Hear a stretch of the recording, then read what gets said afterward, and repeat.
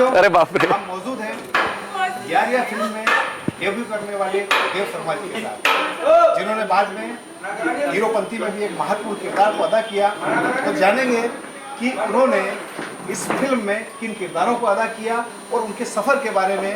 तो शानदार किरदार के साथ में हम मौजूद हैं। आइए सबसे पहले जानेंगे उनके विचार। तो देव शर्मा जी, उज्जैन में आपका स्वागत है। Thank you so much. हमें पता चला है कि उज्जैन से आपको बड़ी मोहब्बत है जी। और आप लगातार उज्जैन में आते रहते हैं। जी बिल्कुल। तो आप बताएं, सबसे पहले अपनी जर्नी के बारे में बताएं कि आपने कहाँ शुरू किया, आपकी एजुकेशन कैसी रही, अपनी पारिवारिक पृष्ठभूमि कैसी रही जी। उन तमाम विषयों को लेकर आप बताएं और कैसे आपके मन में ये जागा कि आपको अभिनय करना चाहिए। जी, तो क्योंकि उज्जैन में है तो उज्जैन से शुरुआत करते हैं। मुझसे पहले मेरा उज्जैन से क्या रिश्ता है उस बारे में बात करते हैं कि मैं ब्राह्मण हूँ, देव शर्मा हूँ, और हम लोगों का मंदिरों से जो लगाव है, जो जुड़ाव है, वो कभी कम नहीं हो पाता है। और उज्जैन तो नगरी है, टेम्पल सिटी बोलते हैं उज्जैन को। तो यहाँ जब भी आते हैं तो महाकाल, काल भैरव और अपना हर की देवी जी, सबके जगह जो है दर्शन करे बिना इनकम्प्लीट होता है ये चक्कर। तो चाहे इंदौर आए चाहे उज्जैन आए, ये रहता ही है। और रही बात मेरे बारे में, तो मेरी पैदाइश दिल्ली की है, मैं दिल्ली का रहने वाला हूँ। और मेरे जो नाना जी हैं वो नेशनल स्कूल ऑफ ड्रामा के डायरेक्टर थे, तो उनके रहते एक रुचि जग गई एक्टिंग के अंदर। और करते करते करते एक प्रोसेस ऐसा आया कि जब लगा कि अब इसको प्रोफेशन में टर्न कर लेना चाहिए, तो वहाँ से फिर मुंबई शिफ्ट हो गया मैं। ओके, यारिया में जो आपका रोल था उसके बारे में कुछ बताएं। यारिया में मेरा किरदार था नील, बाइकर बॉय। तो मैं उस टाइम असिस्टेंट डायरेक्टर था, राकेश रोशन जी के क्रिश 3 में असिस्ट कर रहा था उनको। और मुझे पता चला कि इस तरह से कुछ टी सीरीज़ में ऑडिशंस चल रहे हैं, तो मैं गया, जाके मैंने ऑडिशन दिया। दिव्या मैम जो टी सीरीज़ की ओनर हैं, भूषण जी की वाइफ, उनको ऑडिशन बहुत अच्छा लगा और वहाँ से वो किरदार मुझे मिल गया।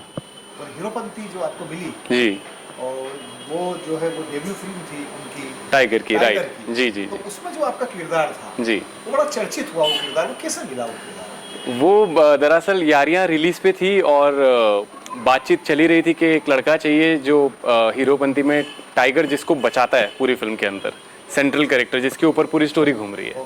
तो एक ऐसा लड़का चाहिए जो अभी नया नया आया, उभरता वो हो। तो मेरा नाम कहीं से वहाँ सजेस्ट हुआ, मैं जाके मिला और मिलने के बाद टचवुड वो रोल मुझे मिला और बहुत अच्छे से शूट किया उसको। राकेश नाम था किरदार का। जी। अच्छा देव, अभी इन दिनों काफ़ी कुछ चल रहा है महाराष्ट्र में, खासतौर से बॉलीवुड है उसको लेकर, फिल्मी दुनिया है उसको लेकर जी। और कई तरह के जो है वो इन दिनों बातें निकल कर आती हैं।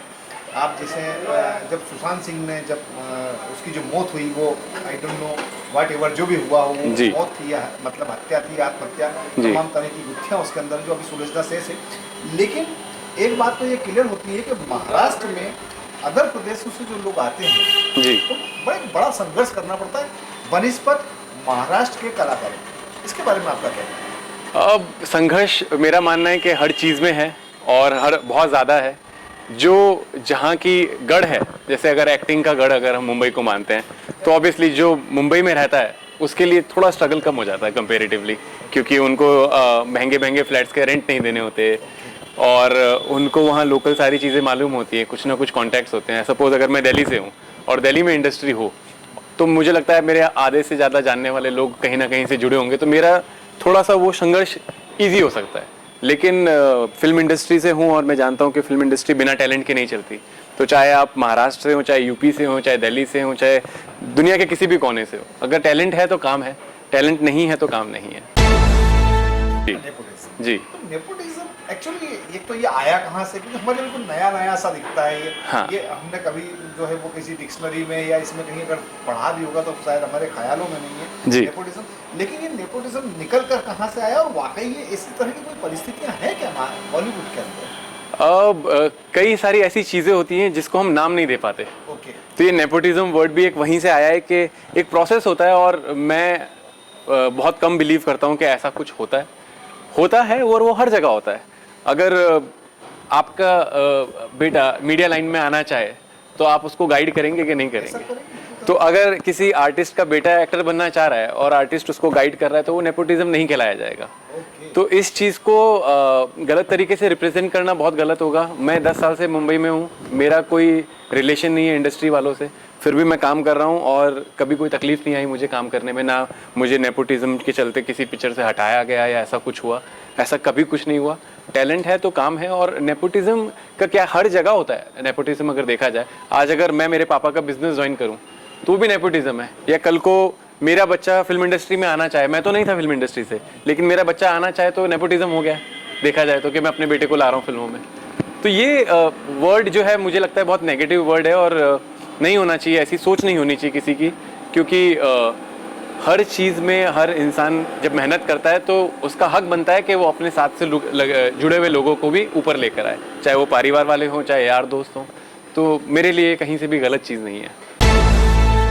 अच्छा, इन दिनों एक बात तो देखने में आ रही है, हम लोगों ने देखा कि अभी उत्तर प्रदेश गवर्नमेंट जो है, जी गवर्नमेंट जी, वो इन दिनों फिल्म सिटी पर बड़ा फोकस रखे हुए हैं जी, उत्तर प्रदेश में। राइट, और वहाँ पर तमाम तरह के भी हम देख रहे हैं कि कलाकारों के भी दावे कि अब हमको बड़ा आसानी से काम मिलेगा। बिल्कुल, मध्य प्रदेश में भी इस तरह के आसार नजर आ रहे हैं कि यहाँ पर भी जो है वो फिल्म सिटी तैयार की जाए। जी, और हम देखते भी हैं कि जो साउथ का जो फिल्म है, साउथ की जो फिल्में हैं, साउथ के जो कलाकार हैं, चाहे वो रजनीकांत हो, चाहे वो प्रभास हो, या कोई भी वो, ज़्यादातर फिल्में उनकी जीवन के 80 से 90% फिल्में वो वही करते हैं। बहुत कम हिंदी फिल्मों की तरफ आते भी, और आते भी तो चले भी जाते हैं। जी, तो ऐसे में इस बात की संभावना कितनी है कि अगर मान लो हॉलीवुड की दुनिया निकल के अगर बॉलीवुड, अन्य प्रदेशों में, बॉलीवुड की, हाँ जी, माफ करना, बॉलीवुड की दुनिया निकल कर अगर अन्य प्रदेशों में जाती है तो कितना वहाँ के कलाकारों को, और जो दूसरे जो लोग हैं, आम कलाकार जो है, शायद जिंदगी भर संघर्ष करता रहता है लेकिन उसको वो स्थान नहीं मिल पाता, जी, उनको कितना फायदा होगा?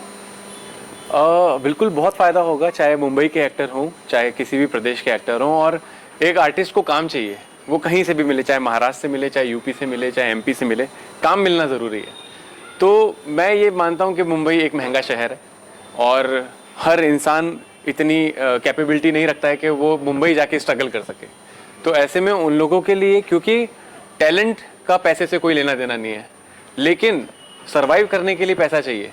तो जो इंसान किसी छोटे जगह से है, जहाँ से ज़्यादा एक्सपोजर नहीं मिला है, या उसके पास जेब में इतना पैसा नहीं है कि वो मुंबई जाए और जाके स्ट्रगल करे, उसके लिए इतना आसान हो जाएगा कि वो अपने अपने प्रांत में ऑडिशन दे, और क्योंकि टैलेंटेड है तो आराम से काम मिलेगा। और आज की डेट में इंडस्ट्री प्रोड्यूसर्स, डायरेक्टर्स, एक्टर्स नहीं चला रहे, आज की डेट में इंडस्ट्री चला रहे हैं ऑडियंस।